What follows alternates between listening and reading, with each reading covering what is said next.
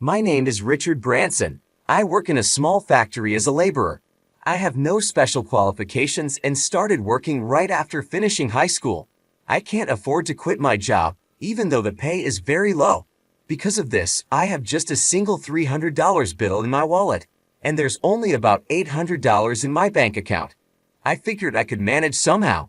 One day, I saw a girl who looked very rough. She was wearing a high school uniform, but it wasn't from any local school. It was cold, and she wasn't wearing a coat. Her knees were scraped and her clothes were a mess. I wondered what was wrong with her. Wasn't she going home? She was sitting there at that time. Maybe she had a stomachache or something. She kept rubbing her legs together and blowing on her hands to warm them up. I thought if I left her alone, she might get into trouble. So I decided to help. I went to a nearby coffee shop and bought some hot drinks and donuts. When I walked over to her, she looked scared and tensed up. "Hey, good evening. Don't be afraid. I won't hurt you," I said. "You looked cold, so I got you something warm. Would you like this?" I handed her a hot lemon tea. She took it and pressed it against her cheek to warm up. "Aren't you hungry? Being hungry makes you feel even colder. Here, would you like to eat this?" I didn't know what kind of donuts teenage girls liked, so I just picked one. She took it and said, "Thank you," in a small voice. "Aren't you going home?" I asked. She shook her head, but didn't say anything. I wondered if she had run away from home, but I didn't want to get too involved. I wasn't sure what to do next, but then the wind blew her skirt, and I saw that her legs were covered in painful-looking wounds. "What happened to your legs?" I asked. She quickly pulled her skirt down to cover them, but I had already seen the injuries. "Did someone hurt you? Were you beaten?" She stiffened and didn't seem like she wanted to talk. "Okay, I'm sorry. There are things you don't want to talk about, right? That's fine. You don't have to say anything if you don't want to. But if you stay here, you might get into trouble. How about going home?" She said in a small voice. "No, I was thinking of going to my dad's place, but it's far away." Her dad's place. That meant she was living with her mom now. I didn't know what was going on, but it seemed complicated. "Why don't you call your dad? Maybe he can come pick you up." I don't know his phone number. I don't even have a cell phone. I was surprised that a teenager these days didn't have a phone. "Do you know his address? Do you know where he lives?" She nodded and showed me a small piece of paper with an address I didn't recognize. "Is this where you can meet him?" She nodded again. "It does seem far, and it's already late." I took out my smartphone and searched for the address. It came up as Greenwood Group UK, a construction company. I wrote down the phone number I found and gave it to her. "Here's a number I found for that address. You should call it tomorrow. You'll probably find out about your dad. It's Greenwood Group UK, so maybe your dad works for a construction company. I hope you can see him." The girl smiled brightly. "All right, you should stay at a nearby hotel tonight. I'll make a reservation for you. You can stay alone, right?" I don't have any money. I didn't have much money either, but I had a $300 bill in my wallet. Maybe it would be enough for one night. "Don't worry, I can cover one night for you. After a warm bath and a good night's sleep in a bed, you should call your dad. But I can't pay you back. Don't worry about it. Just focus on meeting your dad." I booked a room at a nearby hotel that included breakfast for $300. I took the girl there, spoke to the staff, and handed over the money. I also asked them to let her make a phone call in the morning. After that, I left. I felt good about helping her, even though my wallet was empty. A few days later, my factory manager, Mr. John, called me in. "Did you call for me?" I asked, surprised, since it was my first time being called to his office. I went in with a nervous look. Mr. John was wearing an expensive suit, which seemed odd for a small factory manager. "It's Richard, right?" he asked. "Yes, sir. Richard Branson," I replied. "You don't need to come here anymore," he said. "What do you mean?" I asked, confused. "It means you're fired," he said bluntly. I was shocked and didn't know what to say. "So, pack your things and leave," he added. "Excuse me, can you tell me why? Did I do something wrong?" I asked, still not understanding. "We don't need troublemakers like you in our company," he said. "I don't understand. What makes me a troublemaker?" I asked. "You have connections with the mafia, don't you?" he accused. "No, that's not true. I protested. I can't believe this. I've never been involved with the mafia. Say what you want, but the mafia is looking into you. We can't have someone like that working here. We never wanted to hire someone with just a high school diploma in the first place. The old boss used to say things like, if someone is motivated, that's enough. Please, I have nothing to do with the mafia. If I lose this job, how will I survive? I pleaded. I don't care if you end up on the street. That's not my problem. Maybe you should ask the mafia for help, he said coldly. I really have nothing to do with the mafia. There must be a mistake. Please, don't fire me, I begged. No, the decision is final. We don't need people like you in our small factory. Next time you apply for a job, don't lie about stuff like this, he said, ending the conversation. I'm not lying. I've never been involved with such people. Were you hanging out with bad kids in high school? Are those the kind of people looking for you? Mr. John asked. No, that's not possible. Please, Mr. John, I'm telling you the truth. Enough. Just leave. I've told the office to pay you for today. Don't ever come back to our company again.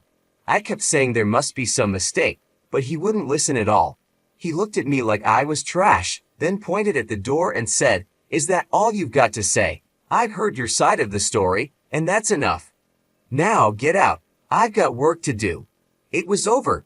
Realizing this was the end, I went to the office and received a thin envelope. It was my last paycheck from the company. Was the 13 years I worked so hard for really worth just this thin envelope? When I said goodbye to my colleagues, they were shocked and said things like, Why so suddenly? That's ridiculous, expressing their regret over my departure. But no matter how much my colleagues regretted it, there was no changing the manager's mind, and no one was willing to stand up for me. They knew that if they did, they might be the next to be fired. Leaving my colleagues with a take care, I walked out of the company gates I had been going through for 13 years. What am I supposed to do now, being fired so suddenly? All I have is this thin envelope. I just hope I can find another job before the money runs out.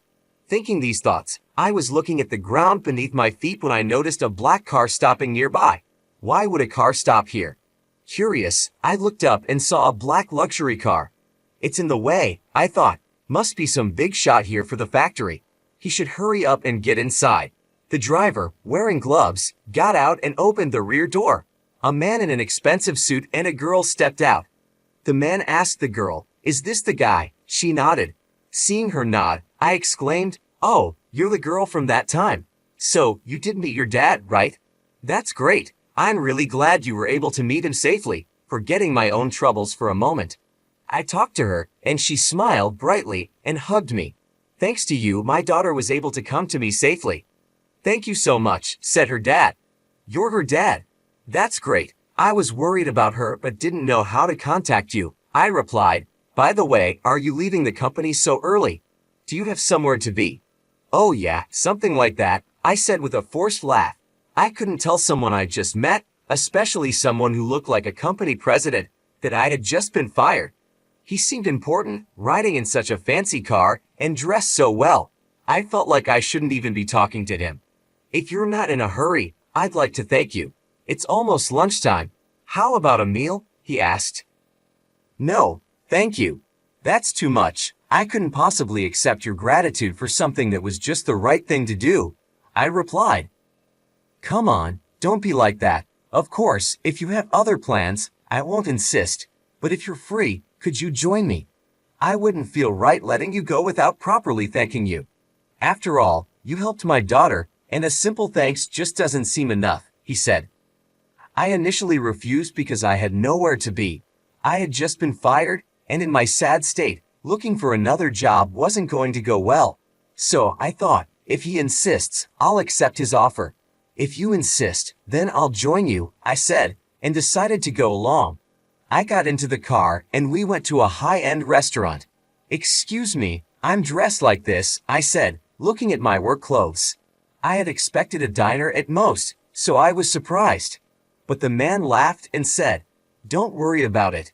Clothes don't eat the meal, and pushed me forward. He must have been a regular because the hostess didn't make a fuss and even smiled at me. The atmosphere in the private room was luxurious and extraordinary.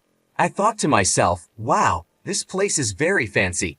It feels a bit uncomfortable for someone like me with just a high school diploma. But as the drinks started flowing, things began to feel different. Seeing the girl smile and the warm conversation between her and her father was enough to warm my heart. Not to mention, the fine drinks and luxurious food made me feel like this might be the first and last feast of my life. I was enjoying every bite of my meal. After a while, the man revealed his identity. I should have introduced myself at the beginning, but that's just how I am, he said, handing me a business card. It read, Beat of Greenwood Family UK. Oh my God, Mafia, I exclaimed. Yes, you're right, he replied calmly, but a Mafia member is also a parent. Thanks to you, I could reunite with my daughter, and I'm very grateful. Oh, it was my pleasure, I said. By the way, I've been wondering, why was she there that day? That's because her mother and I divorced years ago, he explained. She remarried soon after. Her new husband became the vice president of a small factory. But after her mother passed away, his new wife moved in. The president of the factory, who had been kind to my daughter, also passed away. After that, the vice president took over as president, and my daughter was treated poorly. Is that why her legs were bruised? I asked. Yes, he said sadly. She was hurt in places that wouldn't show, especially on her back. It was terrible. Her mother had given her an amulet before she died and told her to use it if she ever needed help. That amulet had a note with my address. Not having a phone number on it was a bit of an oversight, I commented. She was trying desperately to find me, he continued. Even though she's in high school, it was a long distance to walk. By the time you found her, her wallet was empty. If she had stayed out there, she might have frozen to death. It was a tough situation. Her mother's new husband put her through so much pain, and I swore to get revenge for what he did to her. It doesn't sound good for a Mafia member to say that, but I understand how you feel, I said. Thank you. What about you? Leaving work at this hour, something must have happened, right? He asked. It's a bit odd to tell this to someone I just met, especially a boss, but I was actually fired just now, I said. Fired? Why? He asked, surprised. I was wrongfully accused of having connections with antisocial forces. I have no idea how that happened. Just this morning, out of the blue, I was told about it, and then fired. Wait a minute, he said. He called over an executive who was standing by. After a brief whispered exchange, she exclaimed, Idiots, and turned to me. I'm really sorry, that was my guy's fault, he said. What do you mean? I asked, confused. I wanted to thank you so much that I had my men check up on you. They found out where you worked but wanted to make sure you were really there. It seems like they mentioned our organization's name over the phone. That's probably what got back to your boss and led to you being fired. I'm really sorry about that. Let me fix this. I'll talk to your manager tomorrow, explain the misunderstanding, and everything should be okay. No, it's all right, I replied. It's not all right. You must be in trouble, right? He insisted. Yes, it's true that I'm in a tough spot, I admitted, but going back to work under a manager who doesn't trust me would be the same old problem. I don't want to work for someone like that. I see. So, do you have another job lined up? He asked. No. Embarrassingly, I have nothing. Honestly, if I don't find something by the end of the month, I'm in big trouble. But I still want to stand firm and find a job on my own, I explained. Good for you. In that case, how about I introduce you to a company run by a friend of mine? They're not involved with the mafia or anything. I think my friend would like you, he offered. No, that's okay, I said, even though I really wanted to accept his offer. I was tempted, but could I trust it, knowing he was involved with the mafia? Well, if you ever need help, call the number on my card. I'm always here for you, he said with a smile. About a month later, I ended up needing his help. No matter how many interviews I went to, I couldn't find a job. I was starting to think I'd have to settle for part-time work. Then one day, he called me. I'm in the mood for a drink, but I've got no one to drink with. Would you mind keeping me company? Don't worry about the money. I'm inviting you. He made it sound like I wouldn't be a burden, even though he was a mafia boss. I was surprised to see such a kind side of him and decided to accept his invitation. If it's a bar, you really don't want much, right? He asked. That's not true. I'm just picking a bar because I'm more comfortable there than in a fancy restaurant. I've never been to a fancy restaurant. It makes me feel nervous. Honestly, I replied. I feel more comfortable in a casual bar. I see. I guess I wasn't being very thoughtful, he said. No, not at all, I replied, holding up my beer mug. I'll take this, thank you, and I gulped down the beer. So, did you find a job? He asked. Actually, not yet.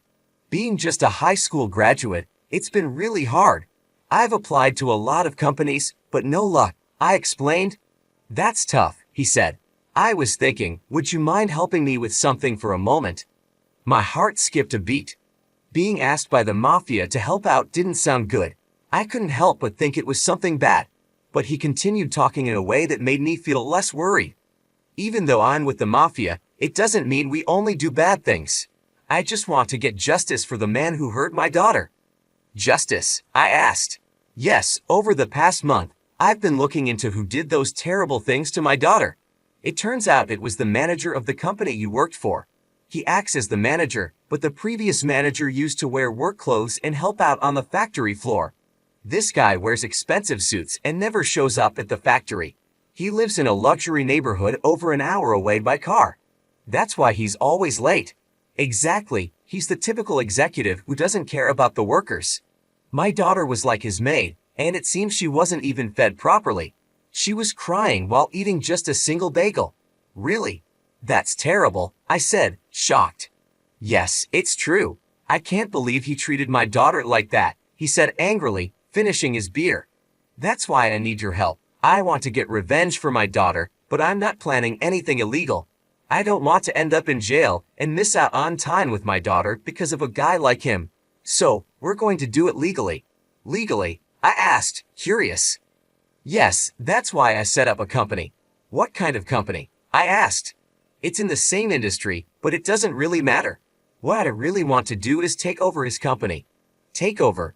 Yes, we'll take it over and get rid of the manager. I've got all the evidence against him, he said confidently. He's got a lot of personal debt, mostly from gambling and similar stuff. Now he's using the company's money to pay off his debts. Is he really? I asked, surprised. Yes, that's why the employees' wages are so low. They dropped a lot after the previous manager passed away. That's true. Our salaries did drop sharply after he died, I confirmed. That's the scheme. You all were working to cover his debts. I want to kick him out of the company and make it a place where the employees can earn what they deserve, he explained. What will happen to him if he's kicked out? I asked. Well, he'll probably end up in deep trouble. Plus, his wife only married him for his money. If she finds out he's no longer the president, she'll likely leave him, and I'll make sure no company will hire him, he said confidently. You can do that? I asked, amazed. Hey, I'm the boss of Greenwood. I can handle things like that easily, he replied. I asked for your help because you were also a victim of his actions. I thought maybe you'd want revenge too. Yes, I think all the employees would feel the same way once they know about this, I said. They probably would. If this goes well, I plan to expand that factory even more. I want to make you the manager, he said. Me? A manager? But I'm just a high school graduate. That's impossible, I said, feeling doubtful. What are you talking about?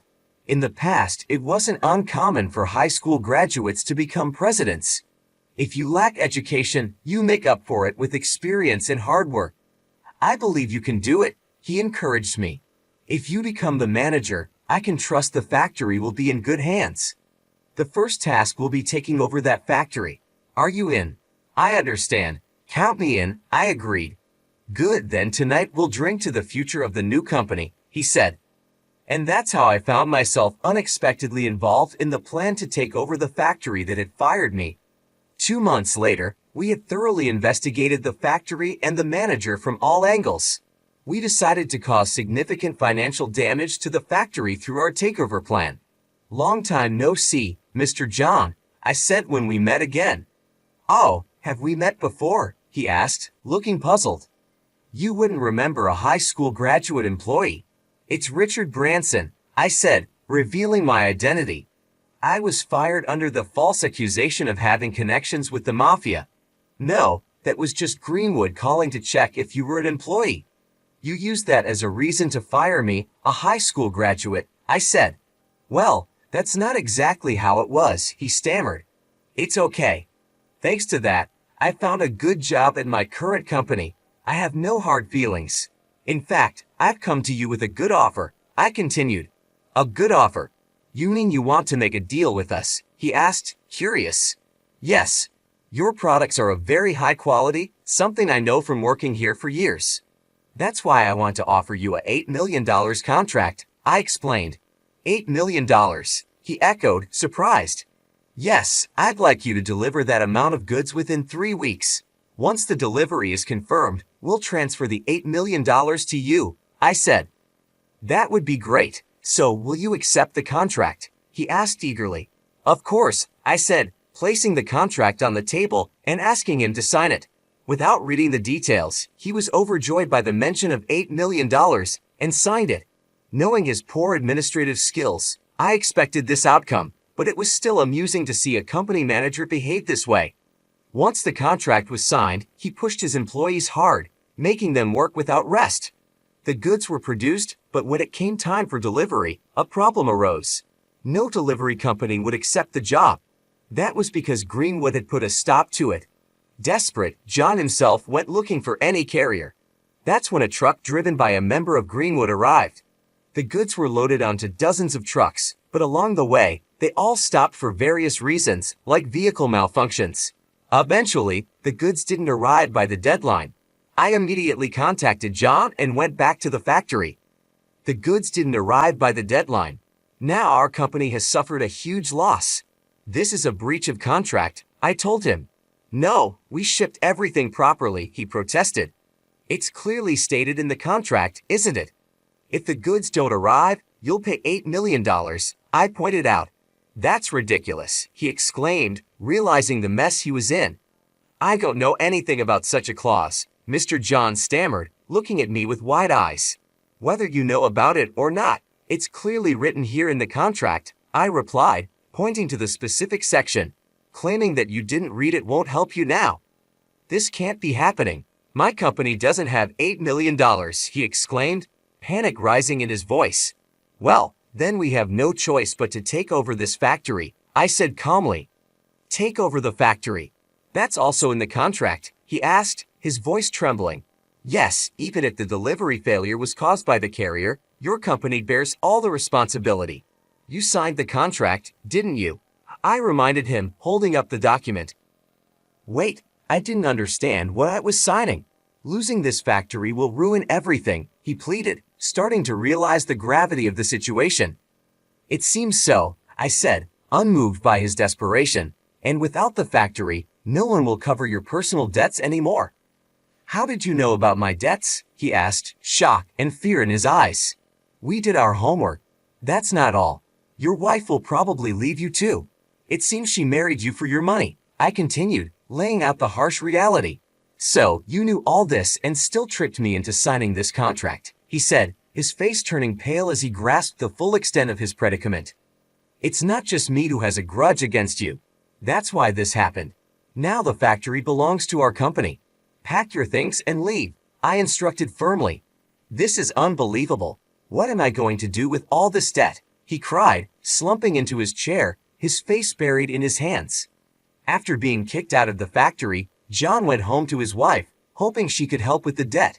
He explained the situation, pleading for her support, but his wife, who had enjoyed a life of luxury thanks to his position, was not willing to stick around now that he was broke. She slammed the divorce papers down in front of him and demanded compensation for all the money she claimed to have spent during their marriage.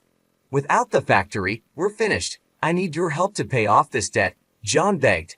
You should have thought about that before you lost everything, she replied coldly. I married you for your money, and now that you're penniless, there's no reason for me to stay. But we've been together for so long. Can't you help me through this? He pleaded, tears in his eyes. No, I've had enough. You're on your own, she said, showing no sympathy. She handed him the divorce papers, demanding a large sum in compensation. This added to his already massive debt, burying him under an insurmountable financial burden. John, now alone and overwhelmed with debt, found himself in a dire situation. With nowhere to turn, he realized that the life he had built was crumbling around him. The weight of his debts and the loss of his wife left him in a deep pit of despair, facing a future filled with uncertainty and hardship. As the reality of his situation set in, John could only think about how he had gotten to this point. The false accusations, the rushed decisions, and the betrayal by those he trusted had led him to this moment of utter ruin. The once proud manager, who had enjoyed a life of comfort and power, now faced a grim and uncertain future, with nothing left but the crushing weight of his mistakes. When I reported everything to the boss, he was very pleased and praised me. Now, that guy won't be able to get a job anywhere ever again. He'll learn what it really means to betray people. Yes, I hope he realizes the consequences of his actions and understands what it's like to treat people so poorly, I replied, feeling a sense of justice. Right now, you're the manager of that factory, the boss continued. You have the opportunity to grow the company, not just for yourself, but for the employees as well, right? No, I didn't do this for myself, I said, shaking my head. I did it for my daughter, for you, and for the employees who have been working hard at the factory. They deserve to be treated with respect and to have a good working environment. I want to make sure they are happy and feel valued. Good. Make sure those employees are happy and taken care of, he said with a nod. Yes, sir, I understand, I replied. With that, I went back to the factory, now as its new manager. My former colleagues were surprised and happy to see me return. Thank you all for staying and continuing to work hard, I said. I know it hasn't been easy, but together, we can make this factory grow and ensure that everyone gets the salary and recognition they deserve. This factory belongs to all of us, and we will make it a place we can be proud of. As I spoke, I could see the relief and excitement in their faces. They were cheering and welcoming me back warmly, and I felt a deep sense of responsibility and commitment to them. I had been away from the factory for a while, and things had changed. The atmosphere was different, but I was determined to bring positive changes. I started by meeting with each department, talking to the workers, and understanding their concerns. They told me about the problems they had faced under the previous manager, who had treated them poorly and neglected their needs. We were struggling with low wages and unfair treatment, one of the workers told me. It felt like no one cared about us. I'm here now, and I care, I reassured them. We're going to make things better. Your hard work will be recognized, and you'll get the pay you deserve. Let's work together to turn this factory around. I spent the next few weeks working closely with the employees, making sure their voices were heard and their needs were met. We implemented new policies to improve working conditions and raise wages to ensure that everyone was paid fairly for their work. We also focused on improving the quality of our products and expanding our market. One day, I gathered everyone for a meeting. I want to thank all of you for your dedication and hard work, I said. We've made great progress and the factory is already seeing the benefits. Our production has increased and our sales are up. This wouldn't have been possible without each and every one of you. The employees cheered and clapped, feeling appreciated and motivated. They were proud of the work they had done and excited about the future of the factory. As the months went by, the factory continued to grow and prosper. We expanded our operations, hired more workers, and increased our production. The employees were happier and more engaged, and the factory became a place where people wanted to work. During one of our company meetings, I addressed the entire staff. I'm so proud of what we've accomplished together. We've turned this factory around and made it a thriving business. But we're not done yet. There's still so much more we can achieve. Let's continue to work hard, support each other, and make this factory the best it can be. The response was overwhelming. The employees were enthusiastic and committed to the future of the factory. They knew that they were part of something special and that their efforts were making a difference. Over time, the factory became known for its high-quality products and excellent working conditions. We built strong relationships with our customers and suppliers, and our reputation grew. We became a model for other companies, showing that treating employees well and focusing on quality can lead to success. Looking back, I was grateful for the opportunity to make a difference. I had come to the factory under difficult circumstances, but with hard work and determination, we had created something amazing. The factory was no longer just a place of work. It was a community, a family, and a source of pride for everyone involved. And through it all, I never forgot why I had taken on this challenge. It was for my daughter, for the employees, and for the future of the factory. Together, we had turned a struggling business into a thriving success, and I couldn't have been prouder of what we had achieved.